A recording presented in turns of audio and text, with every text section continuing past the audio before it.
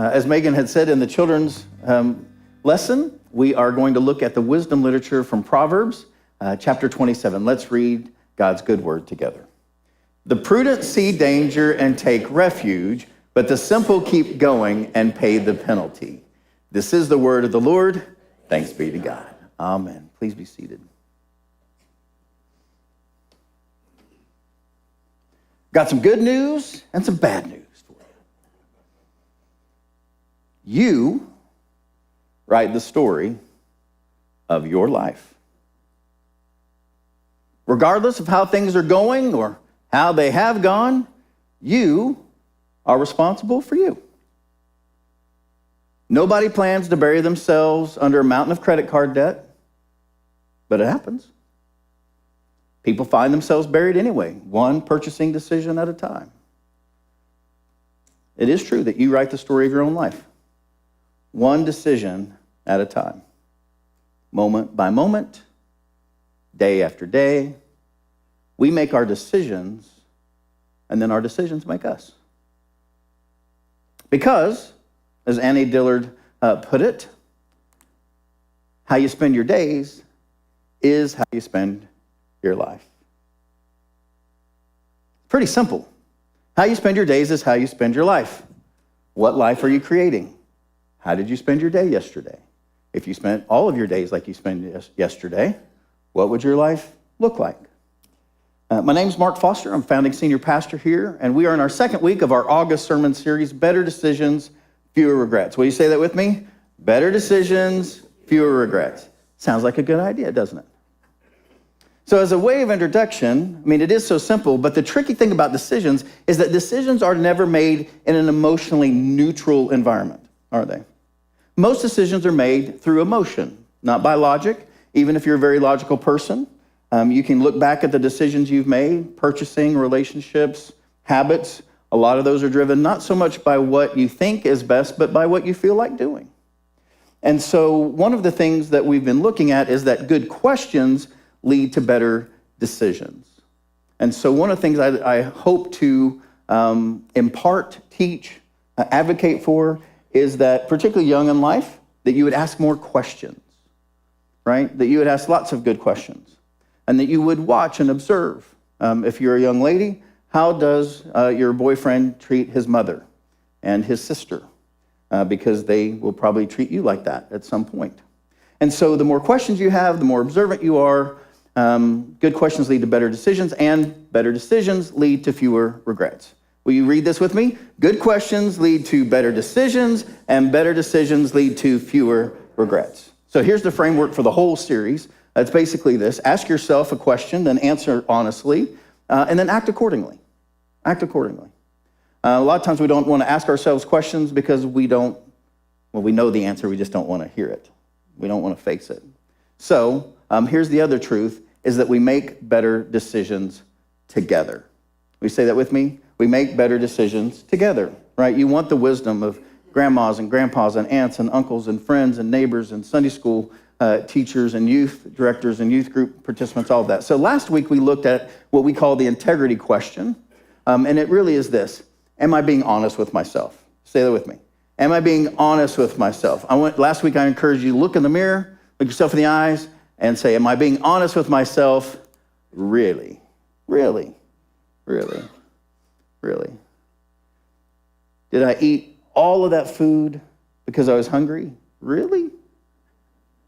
Or did I not just want to hurt, Mimi's feelings or whatever it is, right? Why did I do that really? This, again, good news, bad news of this is the easiest person to deceive is the person in the mirror, isn't it? And because if we lie to ourselves, then it becomes easier to lie to others. It's actually somewhat inevitable. The prophet Jeremiah knew this. And one of the roles of a prophet is to tell the truth, particularly to power, to try to help people understand why things are happening, why they're happening. And so Jeremiah basically writes this, it's true today, it was true then, true now. The heart is deceitful above all things and beyond cure. Who can understand it? The answer is not you, right? Only God. Only God can really understand our hearts. Sometimes when we come to these translations, it's helpful to look at it in a number of different translations. And so This is from the NIV. We use the NRSV most times around here. It says the heart is devious, right, above all else. It is perverse. Who can understand it? Or the Message, the heart is hopelessly dark. Eugene Peterson, he just has a way of not mincing words, doesn't he? The heart is hopelessly dark and deceitful, a puzzle that no one can figure out. But I, God, search the heart and examine the mind. I get to the heart of the human. I get to the root of all things. I treat them as they are, say it with me, not as they pretend to be, right? No pretending, no presuming, no pushing. So the problem is our appetites often overrule our intelligence, right? And last week I shared with you, I have a challenge with Sweet Heat Golden Flake chips. I'm down to my last bag. I know. Oh, you can have none. But here's the thing. I know in my head that this is not a good diet plan. But here's the thing. It doesn't matter whether or not I tell you about how many chips I eat or not. Over time, you'll be able to tell because private decisions always have public consequences. Don't they? They just do. They just do. And that's true in all of our lives, not just some areas. And as soon as you start selling yourself on anything, I want to invite you to hit pause. Now, you know this. If you have to sell yourself on the idea, it's a bad idea, right? If you're like, no, it's okay. It's probably fine. It'll be all right. No. Step back. Ask somebody else. And if you don't want to ask anybody else, that's a problem, right? If you're about to make a decision that you hope no one else finds out about, that's a problem. Now, you can't lead yourself if you're lying to yourself. You just can't. So with all of that, I'm hoping that you'll tell yourself the truth about yourself, even if it makes you feel bad about yourself. And we have this weird thing going on in our culture these days where nobody wants to do that. Individually, corporately, as churches, as corporations, as countries, as school systems. We're like, no, if it makes me feel bad, I don't want to know about it. That's disastrous, friends. You can't learn that way, you can't grow that way. So, again, this is true for all of us, especially for the young people. I hope you can take this to heart. Your life is more important than your feelings.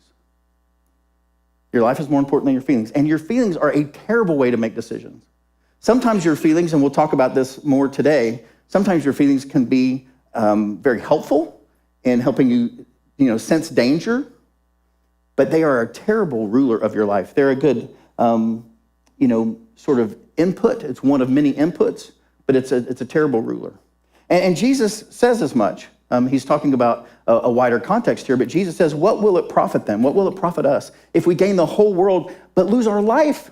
If we forfeit our life because we're always living by our feelings, not our actual life? Or what will they give in return for their life, for their soul, for their character? Friends, your character is much more important than your feelings. It just is. Because your character lasts forever. Your soul lasts forever. Your feelings come and go, right? I mean, you think about hunger. Hunger comes and goes. Most of us are not hungry in 115-degree heat. But we're super hungry at Thanksgiving when it's, 30 and there's a big turkey. I mean, it's just, our feelings change. We're normally not hungry when we're sick. Oftentimes we are very hungry after a good workout. And here's the thing. It isn't all about you. It's never been just about you. You are not the only person impacted by your decisions. Not by a long shot. So this week, we come to a second question, and that is this. Is there a tension that deserves my attention? Is there a tension in a relationship, in my work life, in my body, in anything in my life? Is there a tension that I ought to be paying attention to? And here's the thing. You can't heal what you don't feel, and you can't feel what you medicate, right? And so you actually have to allow yourself to feel the feelings. And you might think, well, there's nothing like that in my life. There is. There is, for all of us. And there are regular tension points in groups of people. And they normally come in these three areas. I didn't make these up. I'm stealing these from Andy Stanley and sharing them with you because I think they're really good. Think about this in your own life. Dumb purchases, right? You might, haven't you ever bought something because the advertisement comes and says, we see that you bought this. We think you might like that. And then you buy that and go, I didn't like that. I didn't actually like that. So dumb purchases. A lot of us have been there. Doomed relationships, right? Lots of people in your life are like, you need to get out of that relationship. You're like, oh, you don't understand. She's great. He's great. They're great. Whatever. And then, of course, destructive habits.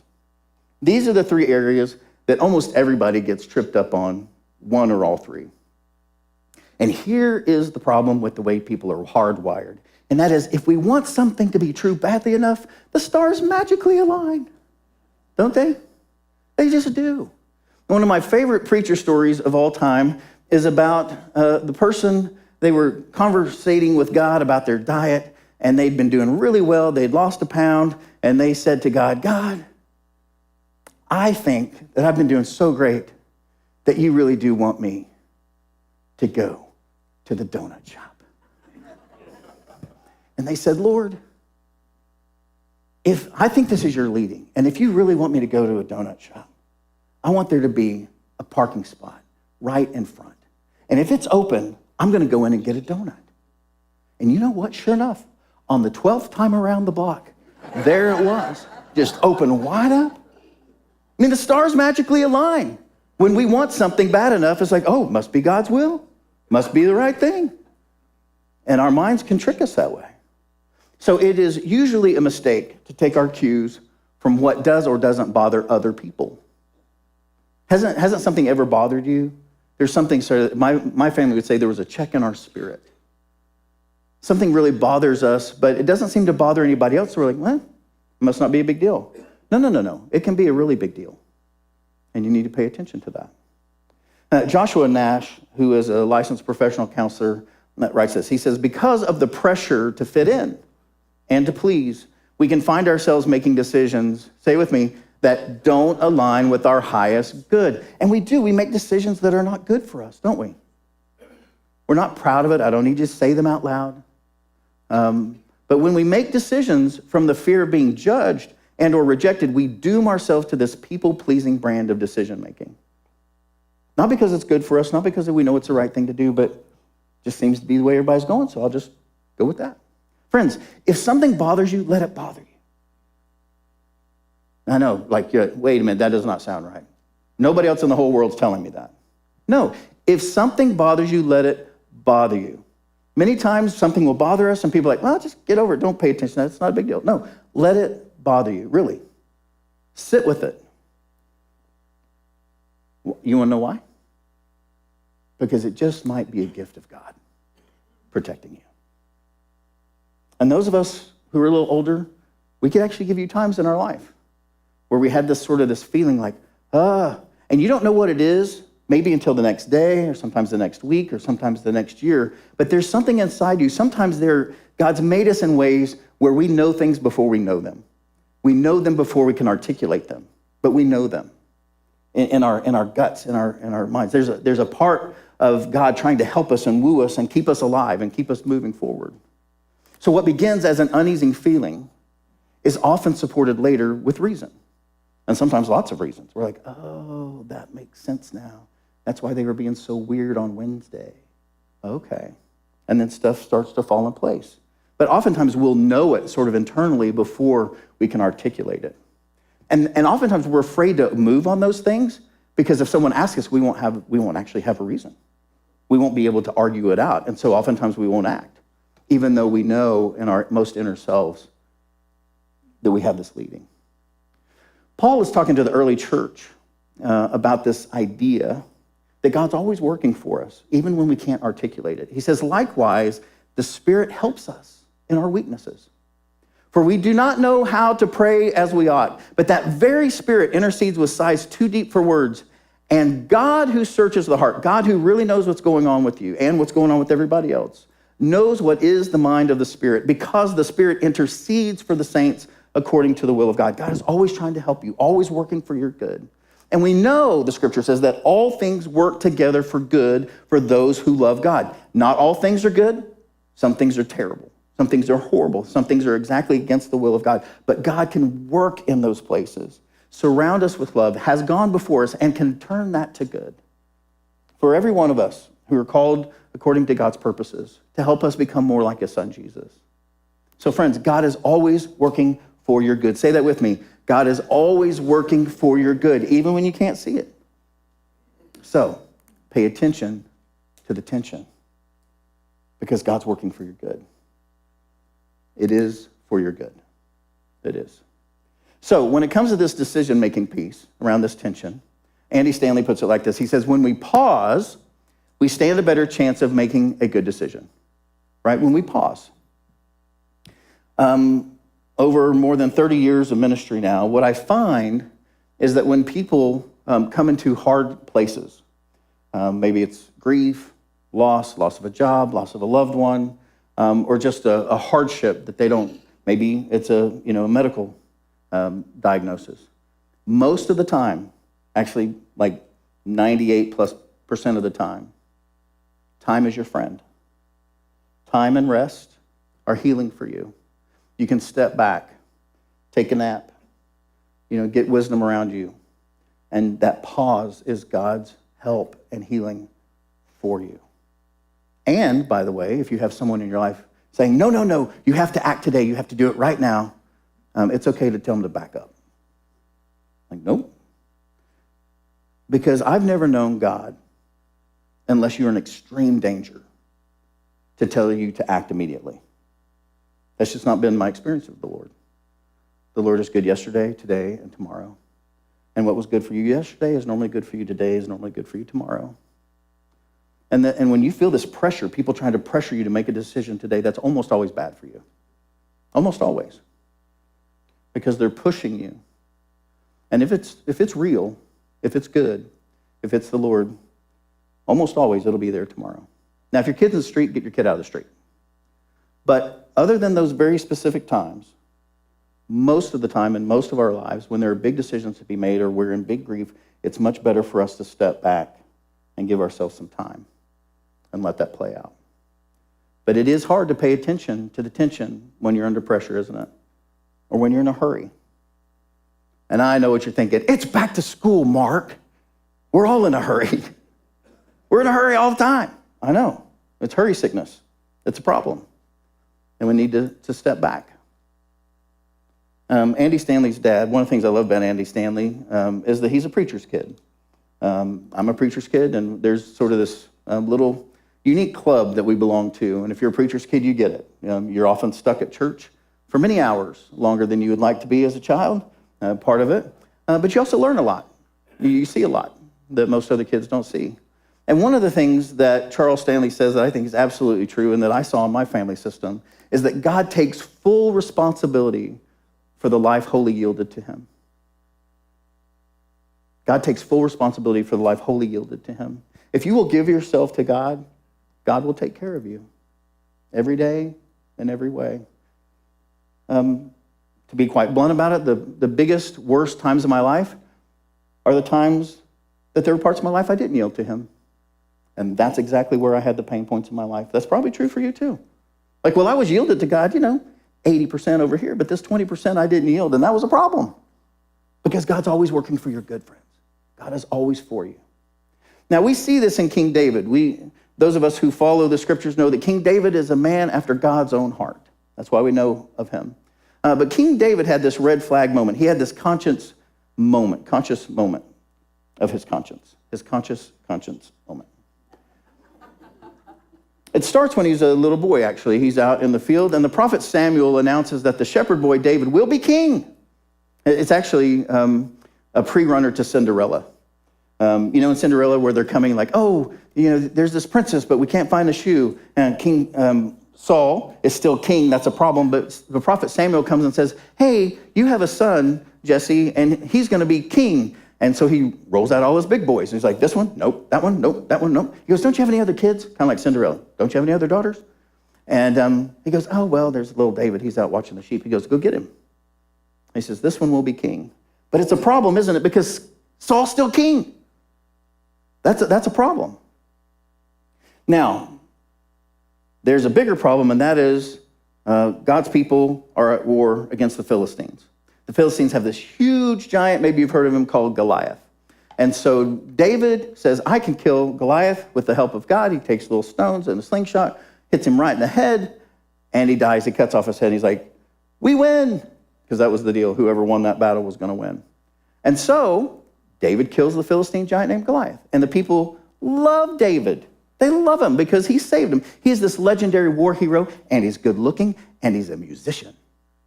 So, all rolled up into one. Well, what happens with that? Well, of course, Saul gets jealous because he's still the king, but everybody loves David. What do you do with that? Well, he decides to kill David.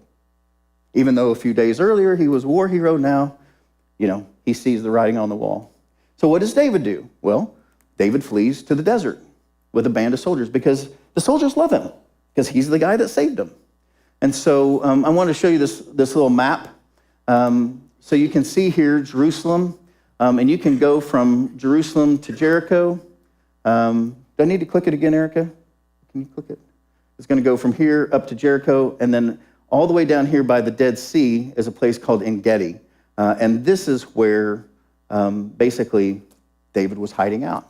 And so it looks like this. It's kind of hard to hide there. In this photo, I took this in 2015. You can look across to what's modern-day Jordan. You're looking across the Dead Sea. And you can see that if there are people out there, they're not hard to find. Except the Judean desert has some really big elevation changes. And so there are cliffs and there are caves that you can have in the cliffs, and you can hide in there. And so David does. He decides, I'm going to get in the cave, and when we see King Saul and 3,000 men that are going to come by, we're going to wait for them to go by, and then we're going to go the other way, and we'll stay alive that way. So if you want to know more about the story, it's in 1 Samuel chapter 24. It says, when Saul returned from following the Philistines, he was told, David is in the wilderness in En-Gedi, right there by the Dead Sea. Then Saul took 3,000 chosen men, that's a lot of men in that time, and went to look for David and his men in the direction of the rocks of the wild goats. And if you go out there, there are wild goats. That's actually true. So he came to the sheep folds beside the road where there was a cave, and Saul went in to go potty. Because as a king, everybody's got to go potty. We just got to own it. But as a king, you don't potty in front of other people. You go to the cave. So he decides that he's going to go to the cave. Guess what? By God's grace, David's already in the cave. And so you kind of get the scene. Saul goes in to go potty, right? And he, in that bright Judean sun, right, in the desert, Saul can't see anything, but David and his men can see everything. Saul takes off his outer robe, and according to David and what he understands, God has actually delivered his enemy Saul into his hands. Here he is. There doesn't have to be any civil war. There doesn't have to be lots of bloodshed. Here's the guy. You just kill him. It's over, right? He's completely unguarded, unsuspecting. And all of his men have been out there for months. They're hungry. They want to go home. They're ready for this whole thing to be over. And here it is. It's just right in front of him. And the men of David said to him, here's the day of which the Lord has said to you, I will give your enemy into your hand, and you shall do to him as it seems good to you. So David sneaks up behind Saul, takes his knife, and right before he slits his throat, there's a check in his spirit. He has that red flag moment, like, what are you doing? He's your king. He's God's anointed king. And so rather than killing him, he takes a part of his robe and he cuts it off, a little square, somehow without Saul knowing it. And that's where the story stops for a moment. Now here's the problem with what's going on. Thank God for him listening to the Spirit of God. The problem is that at times we believe we can predict the future. Right? Because David and his men were like, well, kill him and everything will be great. Here's the thing about predicting the future. We can't. We can't. We think we can. We think we know how it's going to play out. We think this is God's will because that's what we want. But let me just kind of prove it to you. Let me ask us a question. It's a dumb question. Ever been disappointed? We all have. Do you know why? Because disappointment is when we mispredict the future, isn't it? Why are we disappointed? Because we thought it would go one way and it went another. You cannot predict the future, even if you've predicted it correctly lots of different times. You can't always do it. And so David's heart for God reminded him, he says, who am I to replace what God has put in place? This is my king. This is my king, God's anointed king. And there will be a time where I will be anointed king, but not by murder, right? Not by an honest battle. So afterward, David was stricken to the heart because he had cut off the corner of Saul's cloak, and he says to his men, and it's not really about cutting the cloak, it's that he was going to kill him. I mean, it's kind of cleaned up in the biblical language. So he says to his men, the Lord forbid that I should do this thing to my Lord, right? That's what Lord means, the one, the Lord's anointed, to raise my hand against him. Say it with me, for he is the Lord's anointed. So David scolded his men severely. Why? Because he didn't want them to kill him, because they have the same problem. And he didn't let them attack Saul, even though they could have. So then Saul got up, left the cave, and went on his way. And that could have been the end of the story. For those of you who have seen the Odyssey, I mean, it's a very similar kind of story. But here's the thing I want you to see about David. People yielded to God don't attempt to play God, right? People that are really yielded to God don't attempt to play God. They don't take matters into their own hands. And here's the thing. It wouldn't have been God's will. It would have been murder. Right? It wasn't a battle. He would have just been a murderer. And the story on David, I don't know that we would have ever really heard of David if that would have taken place, right? Because today, he is the great king after God's own heart. Otherwise, he'd just be a murderer who, kills people on the potty. Not such a great story, right? So Saul is now out of the cave. David comes out of the cave, and he rises up. He goes out of the cave, and he yells after Saul, hey, Saul, my Lord, the king. When Saul looked behind him, David bowed his face to the ground and did obeisance. And David said to Saul, why do you listen to the words of those who say David seeks to do you harm? This very day, your eyes have seen how the Lord gave you up into my hand in the cave, and some urged me to kill you. True story, but I spared you. And I said, I will not raise my hand against my Lord, for he is the Lord's anointed. See, my father, see the corner of your cloak in my hand, and for by the fact that I cut off the corner of your cloak and did not kill you, you may know for certain that there is no wrong or treason in my hands. So, you can stop hunting me now. I have not sinned against you, though you were hunting me to take my life. And then he drops this mic drop line. Say it with me. May the Lord judge between me and you. And he's saying this in front of thousands of people. His soldiers, Saul's soldiers. And it changes everything. Because he paid attention to the tension that God placed in his heart. Which leaves the question to us, what place in your life has attention to it? Because God's trying to work for your good. He's trying to work for your good.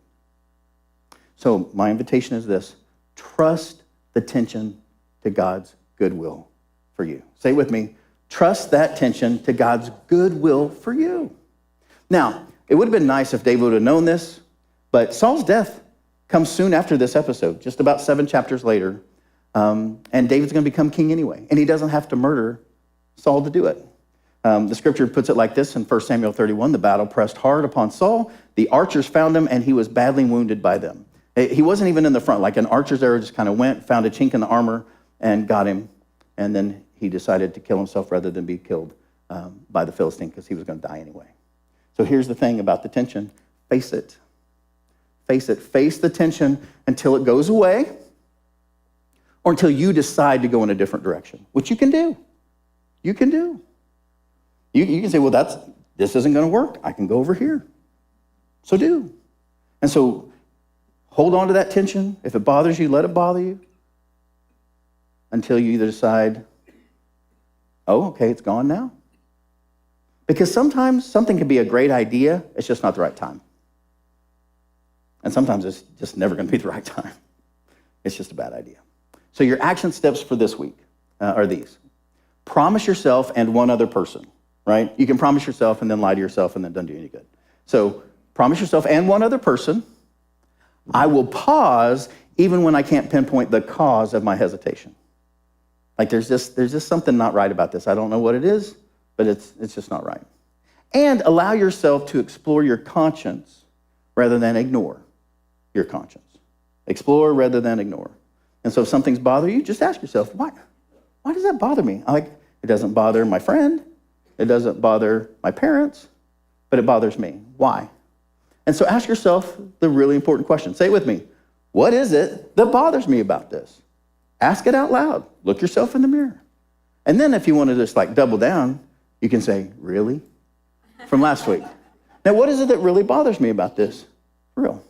And then here's the easy one. Or you can just join us next Sunday for the maturity question, which is, what is the wise thing to do? We're going to look at that next week. Hope you'll join us. Amen? Right. Let's pray the Lord's Prayer together. Our Father, who art in heaven, hallowed be thy name. Thy kingdom come, thy will be done on earth as it is in heaven. Give us this day our daily bread, and forgive us our trespasses as we forgive those who trespass against us. And lead us not into temptation, but deliver us from evil. For thine is the kingdom, and the power, and the glory forever. Amen.